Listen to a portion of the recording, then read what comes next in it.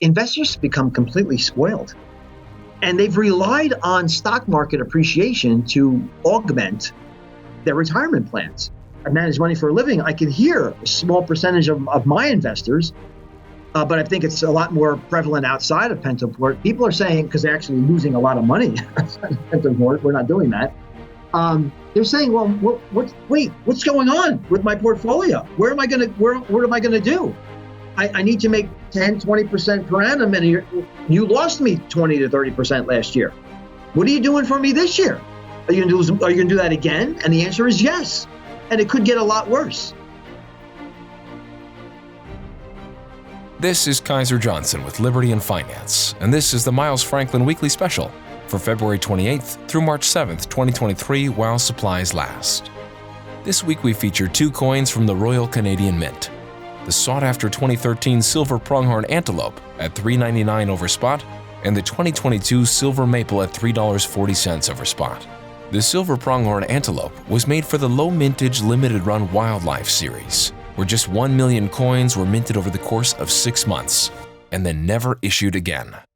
With a focus on beautiful design, a face value of $5 Canadian, and RCM's strict 4/9 fine purity, these coins further add a degree of rarity to the mix.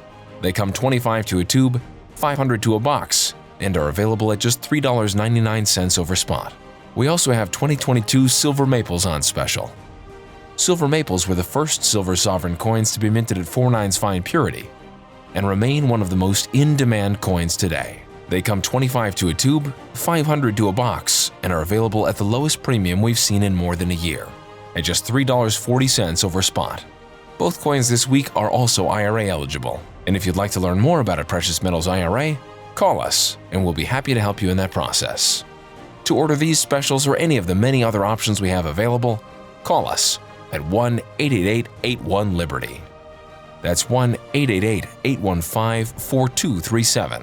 We're available after hours and on weekends, and we look forward to speaking with you. Welcome back to Liberty and Finance. We're always glad to have this returning guest. Michael Pento is the founder of Pento Portfolio Strategies. He's joining us today, this Thursday, March 2nd, 2023. Mike, thanks for coming back on Liberty and Finance. It's always a pleasure being with you, Dunnigan. You know that. Well, I think we're going to have a lot of fun today. We're trying to keep our chins up in the face of what seem to be growing storm clouds in a lot of people's financial lives, and they're concerned about the future of their families' ability to survive and thrive in the environment that we have before us going forward and the trends that are in place. Some of the trends that are confusing to many people is this countercurrents of inflation versus deflation. And in the face of that, what is stagflation and how that can affect people? Because we've been seeing a lot of price increases in the past several years. Everybody says the buck ain't worth what it used to be. So that means that their savings, their retirement, their earnings are shrinking in value. And yet we're being told, watch out below. Here comes tumbling of the major stock markets, the real estate market rolling over, bond markets. We seem to be seeing inflation and deflation at the same time. Can you explain to us what the big takeaways are for what you see going on and what those trends are going to be going forward? Okay, so good to be with you as usual. So I understand the angst of consumers, and though I'm not in the bottom 2 quartiles, or actually I say quintiles of consumers, they are particularly getting crushed. And you look at the lowest, the bottom rungs of the income spectrum, they're getting crushed. And they're getting crushed particularly because of inflation. Their real incomes have fallen 22 months in a row. But now joining those people in distress, economic distress, are those in the higher ends of the income strata. And they have been living not off of incomes. They've been living off asset price appreciation. You think about total market cap of equities to GDP hit over 200% in January of 2022, so a little over a year ago. And so people with stock portfolios were like, wow, this is wonderful. I don't even have to work anymore. This is great. Or the people that next door, in my circle of friends, are like, oh, I own 5 houses and I'm renting them out. And not only am I getting like record rents, um, I have these 5 homes, and the principal has appreciated 20% the last few years, and that's all laid at the blame and the feet of our central bank, who has kept rates falling for 40 years. Interest rates fell from 20% all the way down to zero. And 10 of the last 14 years, they've been at zero. Now, again, have a zero handle in front of them. 0.0 or 0.9, whatever. They had a zero handle for 10 of the last 14 years. And you ask these people, hey, what do you do for a living? Well, I don't do anything. I own stuff. It's like, reminiscent of Gordon Gekko. Remember the movie Wall Street? Like, I own. I don't create. I own. Well, you're not doing anything. You just own stuff. Well, you were able to make a very good living by owning things. Just your capital appreciation on your stocks and your income from your houses that you got at nothing down from your bank. So that created this bifurcation in the economy where you had the very rich and you had the very poor. But now all of them are hurting because home prices have started to roll over. They're down about 4.4% year over year, national home price index. So they've started to roll over. You still have year over year huge declines in the NASDAQ and the S&P 500, double digit declines. But that's not over with. That's not over with. Because you still have people debating on CNBC and on Bloomberg.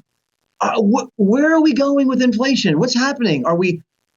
I think the zeitgeist today is, hey, we are having a bout with intractable inflation. It's just going to keep going higher and higher. The Fed can't get a hold of it. I disagree with that vehemently. I say this, I want to be very clear about this. We've had a very big battle with inflation. We are heading for a very big battle with disinflation and deflation. And then on the other end of that, we are going to see inflation in the United States such that can only be dreamed of in the past, not even imagined in the past. And I can unpack that, but I want to let you in here. But that's the scenario I see. I see inflation now. Of course, the damages are still suffering from citizens of this country. Now it's disinflation, right on the cusp of disinflation and deflation, especially in asset prices. And then we're going to see the Fed blink reticently, though, back into ZIRP and QE. And then it's the sky's the limit for inflation, because the Fed will not be able to fool anyone, Dunnigan. They are not able to raise interest rates high enough to accurately and effectively fight inflation for very long. Just can't happen. Often the Fed frames the discussion of the fight with inflation in terms of one where they use primarily the tool of interest rates. What about other tools that would be much more direct and powerful at reducing the money supply? Can you talk to us about that? Did you ask? I'm applauding. Did you come up with that question yourself, or was it from a viewer? Actually, kind of leveraging it. Gregor Mannarino has been harping on this for months. He's been saying they could stop this today if they wanted to, but they don't want to, so they're just going to do this fake shadow war against it. But go ahead and... Well, Greg Mannarino he's a friend of mine. He's a beautiful person. I got to give him a lot of compliments because he nailed it. He's nailed it. Okay, yes, the Fed is doing a lot to fight inflation. They've raised interest rates from 0% in March of 22 to 5.25% by March of this year. Okay, wonderful. That's great. That's a lot. That's a rate of change basis is a lot. But why in God's holy and good name, and I didn't use that in vain because it is a holy and good name, if you really want to help out this country and remove the barriers between the very rich who just own things and people working at Walmart and at McDonald's who have suffered for 2 years almost of negative real wages and don't own houses, multiple houses, and don't have a stock account. You want to close that gap, which is the right thing to do. Okay, you want people to earn a living based on their productivity and their ingenuity, not because they inherited money or because they got a loan from the bank or the condition of how they were born. If you want to do that, you should really want to fight inflation. And if you really want to fight inflation, attack the money supply. And I didn't ask Greg about this. I'm assuming this is what he's talking about. Attack the base money supply. So why in God's good and holy name did you the Federal Reserve increased the monetary base from $700 billion in 2008 to $9 trillion. And you were still building it in the early part of 22 while we were fighting inflation. You still were buying mortgage-backed securities. Why did you do that? And why is it only down to 8.3 trillion? Why are you not? Why didn't Jerome Powell, if he was really and truly going to fight inflation, come out and say, you know what, I'm going to raise interest rates, but I'm also going to drain all of this excess gambling liquidity from Wall Street and take that balance sheet from 8.3 trillion down to 4 or 5 trillion, where it was before the pandemic. He should be burning the money supply like mad, especially because Janet Yellen is draining the Treasury General account at the Fed, which is offsetting a lot of this QT that's going on. That's what he should be doing. But he's not. Also, when we spoke with Alistair McLeod this week, he was talking about a recurrent crisis in the Japanese central bank's ability to defend their currency and their bond. They've drawn lines in the sand at various levels, 0 and 0.25% and 0.5%. And this week it was over, for 2 days at least, it's been over 0.5%. And your thoughts on the emergence of, is this in fact a bond crisis in progress in Japan, or what is the situation in Japan and how is that important to the rest of us?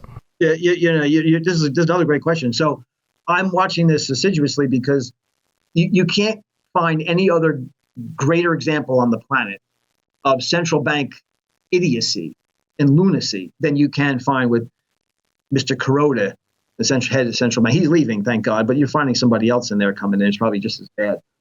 So here's the philosophy. Let's just keep printing yen unlimitedly in unlimited fashion and buy an unlimited amount of Japanese government bonds, JGBs, to pin their 10-year note at 0.5%. It was 0.25%. Then it was raised to 0.5%, shot up there immediately, and now it's 0.505%. That's the latest. They're having a lot of trouble keeping that.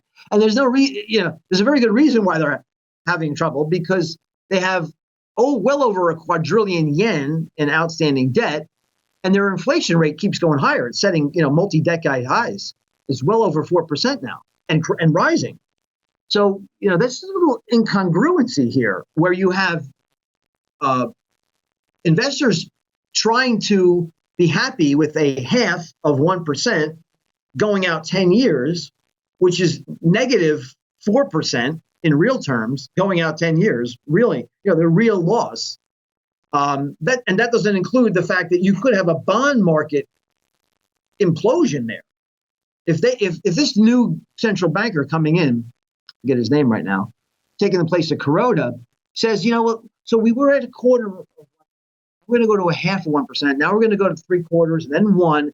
And the bond market, the vigilantes are going to say, wait a second, I get what's going on here. I'm just going to keep on shorting JGBs till the cows come home, because I know I'm going to make money, because the price is going to plunge and the yields are going to skyrocket. And done again, that could drag up yields higher across the entire globe. If Japanese investors, who are the largest buyers, or at least one of the largest buyers of treasuries, say, wait a second, I was getting next to nothing on my JGBs, and then I had currency risk. But what happens if the JGBs actually rose to be more competitive with treasuries, say around 4 or 5%? Well, you wouldn't have anybody. You wouldn't have any Japanese investors buying U.S. treasuries. They'd be selling them and buying JGBs. So at that level, maybe if they wanted to accept 0% real return for 10 years. So I'm watching that very closely. I don't think they can go down that road, because Japanese is really a retirement village island with very little natural resources. If they actually wanted to have their interest rates reflect some semblance of reality, it would be closer to 10%, not 0.5%. So it would implode their entire economy. That's another example of how we are wedded, unfortunately, to these central bankers and their whims. And we parse their their FOMC meeting minutes like we're reading scripture. Like, was it a period or was it a semicolon? Was it an and or was it a but? This because they control the whole thing. There's a complete artificial edifice known as the American economy, Japanese economy, European economy, and the Chinese economy. Throughout the developed world, they're all fake and phony, and the free market has been usurped by central banks, fiscal and monetary policies of these G7 nations. Well, let's bring it back home, and you were starting to do that. If the Japanese central bank loses control over the yield of their bonds because people start dumping them, and they can't defend that 0.5% max anymore, then you said that might drag other bonds up globally. And you also mentioned about how there's interplay because people have the ability to decide whether they want to invest in U.S. bonds versus Japanese bonds and so on. Can you talk to us about what the U.S. bond market health is right now, what the trend is there, and how, if Japan goes off the rails here further, how that could directly affect Americans? Well, we're looking at choices here, and I don't make the decision. Do you? We are at the whims, as I just stated, of central bankers and politicians. Well, what's the pain you want to take? Let's get back to Japan for a second. What do you want to do? Do you want to continue to print yen at a manic pace and keep that yield pegged at 0.5% and create runaway inflation? I mean, that's what they're doing now. So I don't have to. So in other words, I don't have to guess what they're going to do a year from now. I have to react and invest my money every day for my clients. So right now, they're going the inflationary route. When inflation waxes so onerously high in Japan and starts to destroy their economy, they'll switch, like we did here in the United States when we had inflation heading towards double digits. The way they measure it was really 20%. It was destroying the economy, and the natives were getting restless. Well, that's what the Fed did. They decided to attack inflation. But when you attack inflation, it's just the same way as it's going to happen in Japan. When they finally say, okay, we're going to attack inflation and we're going to pursue the reality or the natural course of reality, which is disinflation and deflation. When they go down that route, then they're going to destroy the economy. They're going to melt down asset prices, and then they're going to cause a deflationary depression. That's where we're headed here in the United States. So when that doesn't work, when that becomes the salient problem, they'll switch back to inflation. It's this pendulum. That's why I created the IDEC model, inflation, deflation, economic cycle model. I'm just investing according to the very wild and chaotic swings of inflation and deflation. Again, here in the United States, let's take it back to home again.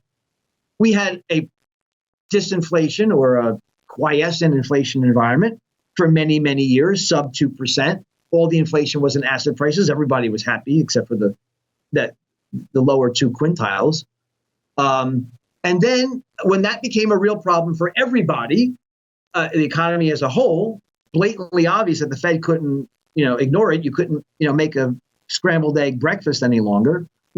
That's when the Fed sprung into action. So now we're pursuing this reality where you raise interest rates from 0 to 5%, drain the balance sheet. Should be drained more aggressively if you really wanted to stop the gambling in Bed Bath & Beyond and every single bankrupt tech stock. So what we're doing now is we're fighting inflation. That's going to end very badly. There's going to be a truncated period of deflation and sharp recession in this country. That'll last for a while. The Fed's going to put a brave face, say, we're going to go through this. It's going to be extremely, it'll be transitory, just like inflation was. They'll get that wrong. We're going to keep plummeting as an economy, and then they're going to capitulate and go back into ZIRP and QE. And then we're going to have this another big, massive inflation bubble. The next time that happens, though, and you want to bring it back to treasuries, the next time that happens, the Fed is not going to fool anybody. It's going to happen with the sting of inflation fresh in everybody's minds. And when that happens, I think bond yields are going to go intractably higher. And real interest rates will fall because the Fed is going to be buying treasuries to keep that yield lower, but creating a massive amount of inflation as they do. So you're going to have a fall in real interest rates. And that's when I think The gold market is interesting to me now. It's going to be a must-own, Y2K internet bubble kind of asset, I think, possibly, when that situation happens. Another thing you've talked about in the past, and you brushed up against it, I think, here when you talked about Bed Bath & Beyond and other companies that are going to be struggling, tech zombies, is that the zombie companies that are not making any real profits now and are not likely to, and have huge debts to service. There have been some articles come out recently, I think it was Mises Institute and some others that talked about the zombie companies that people don't even realize yet, but they will, like Carvana, that were never profitable, Impossible Meat, and others that were kind of riding on this idea of kind of like an Amazon model, assuming that they're going to just grow rapidly forever and eventually consolidate the industry or whatever, but that there are many that have gotten away with not being profitable because it was so inexpensive to do so in a low interest rate environment, et cetera. And that the grim realities of a hard bear cycle haven't really sunk into people, that they're still quote unquote buying the dips, et cetera. Can you talk to us about the phenomenon of zombie companies that people haven't realized yet? Sure. So let's define zombie companies. A zombie company technically is a company that has to issue new debt to pay interest on existing debt. So not issuing debt to expand, buy capital, expand capital production, to pay off old debt. They're just making interest payments. So this is a Bloomberg study. 32% of companies in the Russell 3000 don't make any money. And what did you see in January? What were the companies that went bazooka, crazy? What are those companies? Profitless tech was really in the vanguard in the January rally, which by the way is almost all but totally dissipated now. In the S&P 500. That's the evidence that Manarino is referring to, and I'm referring to. That's the evidence of too much money and gambling on Wall Street. You would think that heading into an economic slowdown, these companies, 32% on the Russell 3000, don't make any money. They have to issue new debt at much higher interest rates to function. That's where all the layoffs are going to come from. That's what I'm talking about when I say, the lagged effects of 5% interest rates from zero, that less than a year ago, interest rates were zero. They're going to be 5 to 5.25 this month, probably closer to 5. But then going to 5.25 a little bit there, by May.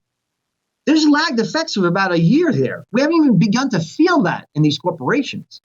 But when these corporations, these zombie companies, which employ a heck of a lot of people in this country, they're going under because they cannot afford to pay that kind of interest on their debt. They don't make any money. I mean, when money was virtually free, it was no problem. When high yield was, the spreads to treasuries were, this wide, it wasn't a problem. But now there is a little bit more of a spread to treasuries, and the treasury yield has gone way up. So their borrowing costs have surged. So you're going to see a lot of these companies fold in 2023 and 2024. And that's why the steepness of this recession could be even approaching a depression before Powell realizes and relents to the fact that, hey, you, the central bankers, starting with Bernanke, actually want to go back to Greenspan. All of these central bankers, Yellen in there too, and of course Powell, one of the worst offenders is Jerome Powell, buying mortgage-backed securities in March of 2022 when home prices are already up 20% year over year, 2 years in a row. And you also saw inflation rising towards double digits. We're addicted to this monetary lunacy. And when you remove it, asset prices plunge. It's exactly what's happening now, just at the cusp of it. We had phase one of the market collapse was just a reaction to the risk premium going from a healthy 3-4% down to almost 1%. The competition that stocks have to bonds. That was part one. Part two of this bear market, which is going to be brutal, is going to be all about an earnings and economic collapse. That's ahead of us. And we need to talk about real estate in that when you have those massive layoffs happening and you have borrowing costs increasing, et cetera, talk to us about what you see ahead in the real estate market, especially for those who may have. We saw there was a proliferation of like Airbnb and Verbos, but we've also had huge institutional buying by Blackstone and others, up to 25%. Can you talk to us about the real estate market and how that plays out in this scenario over the next couple of years? Yeah, Blackstone and Wall Street and investors owned 20 to 25% of all new homes sold in the last 2 years. So there's a lot. Some people say there's no inventory. No, there's a lot of supply out there. It's going to be dumped when home prices start rolling over. If you're Blackstone et al., even my friends who own 5 houses with very little down, when your home price begins to fall and the renters start dropping out, the calculation is easy. I don't need 5 houses. I'm getting rid of them as fast as possible to capture that gain, that implied gain that I've had over the past few years. So you could see a tremendous amount of inventory flood the market. Plenty of supply, while the demand just isn't there. So home prices are starting to roll over. Parts of the country, they're down significantly, especially on the West Coast.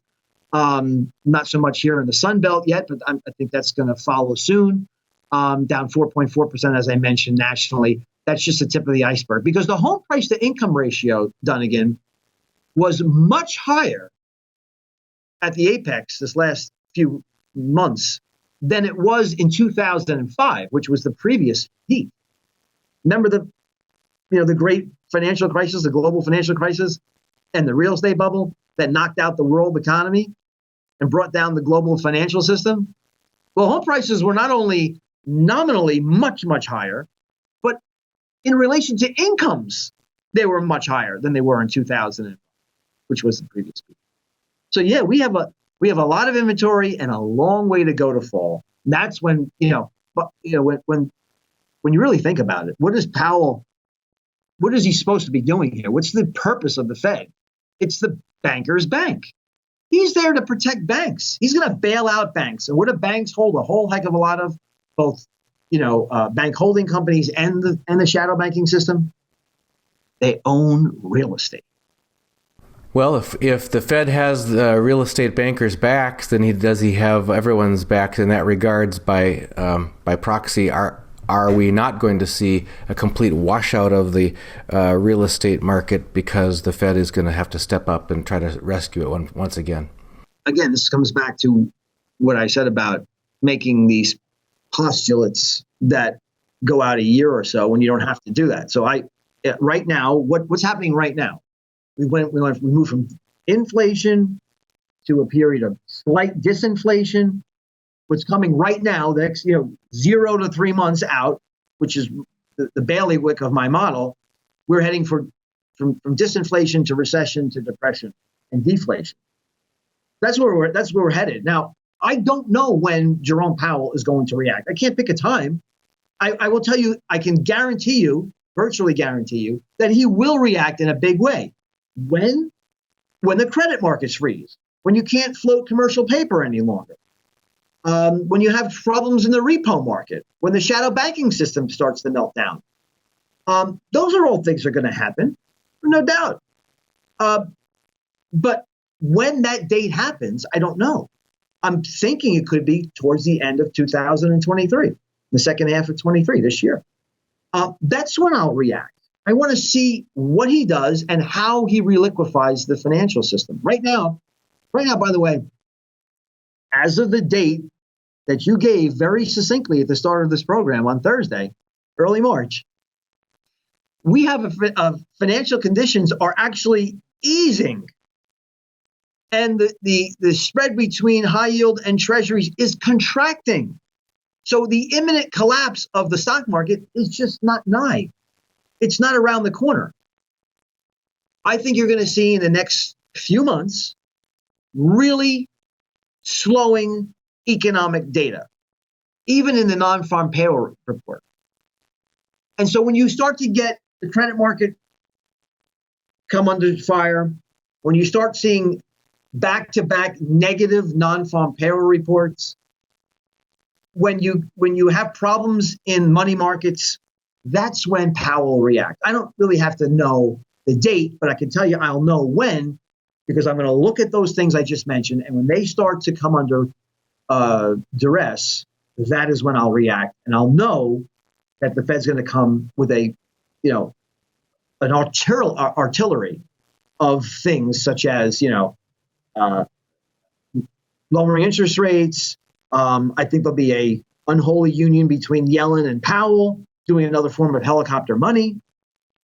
And then you're going to see, and this is the key here, that is when you're going to see inflation just become unmoored. It's not going to go from 9 to 6 to 4, which is where I think it's going to go next.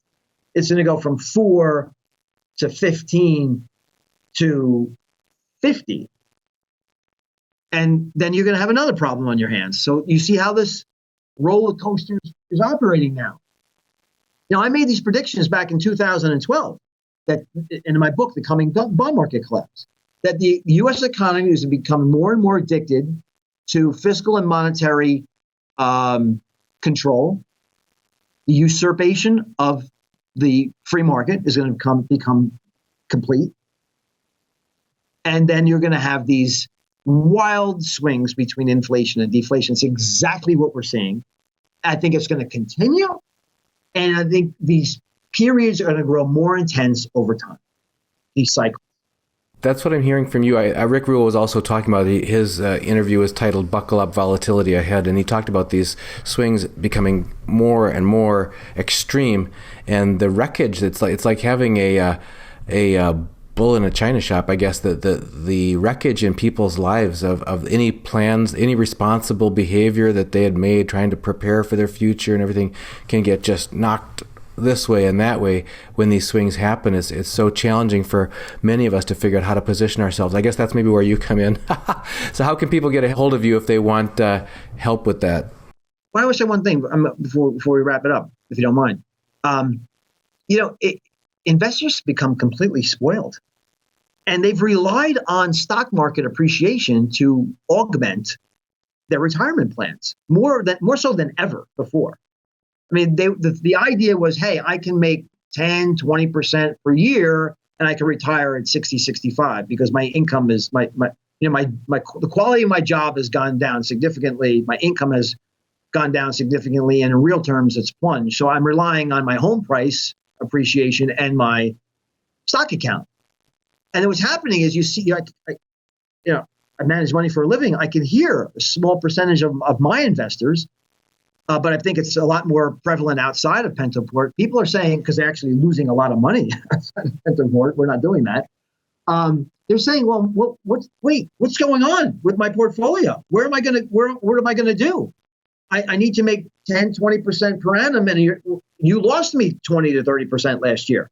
What are you doing for me this year? Are you going to do that again? And the answer is yes. And it could get a lot worse. And the reason is, as I said before, 0 interest rates for 10 of the last 14 years, and a steady decline from 20% from 1981 to 0 in 2022. That's what spoiled this country and this country's citizen, to rely on, instead of a growing, healthy economy, one that's balanced with low inflation, a stable currency, low taxes, low interest rates. That's gone. So you're forced now, if you're smart, you're forced now to intelligently have I created this model for this very purpose, to understand and identify the inflation and deflation cycles. If you can accurately do that, you stand a chance of protecting and profiting during deflations and depressions, and riding these bubble waves higher when they occur. So if you want to, get in touch with me, it's mpento@pentoport.com. That's my email address. You can go on the website, pentoport.com, send the contact information, and someone will get back to you, and we'll let you know if you have about $100,000 to invest. You're more than welcome to come here, and you're a U.S. citizen. We'd love to take care of you. Thank you, Tom. And folks, so that you don't miss a single interview with Michael or any of our guests, make sure you register for our free newsletter at libertyandfinance.com. Just put in your name, your email address at libertyandfinance.com, click submit. Make sure you confirm. On the confirming email, you'll get 1 email per day in your inbox with our latest interview and our weekly specials. And Michael, people look forward to your visits here because you help us to keep, as you call it, a reality check. You keep our feet on the ground and see which way things are going right now, kind of like nowcasting back when I was in the weather industry. And if people look to you for that kind of a sanity check, reality check, and we were grateful for your presence here on Liberty and Finance. In full disclosure, I wanted to say something about you. I've also purchased physical gold from you. I plan on doing more in the near future. I get nothing for doing that. There's no remuneration between the two of us. But I want to say that your quality of the services was unparalleled. You're really fantastic operation there, and I will be buying. I'm not going to tell anybody what to do, but I will be buying more. But that's not why I come on your program. I think you have a fantastic audience, and I think you do a great job. So thank you. Glad to have you, Michael. Thanks for coming back on. Miles Franklin Precious Metals is one of America's oldest and most trusted bullion dealers. Miles Franklin is A+ rated and accredited by the Better Business Bureau, licensed and bonded, and has 0 complaints ever registered.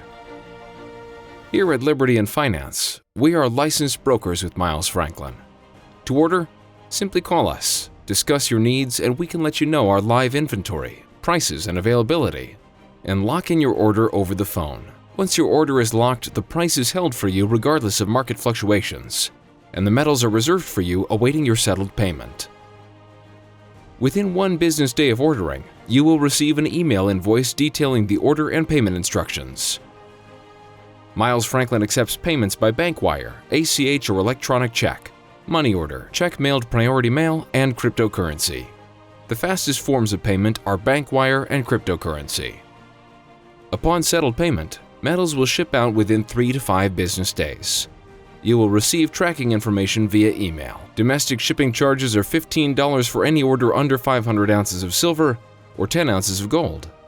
For orders larger than that, domestic shipping is free. The package will be boxed, fully insured, and labeled discreetly, with no indication of the contents inside.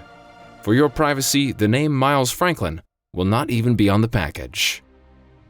To talk to myself, Kaiser, my brother Elijah, or my father Dunnigan, call 1-888-81-LIBERTY. That's 1-888-815-4237.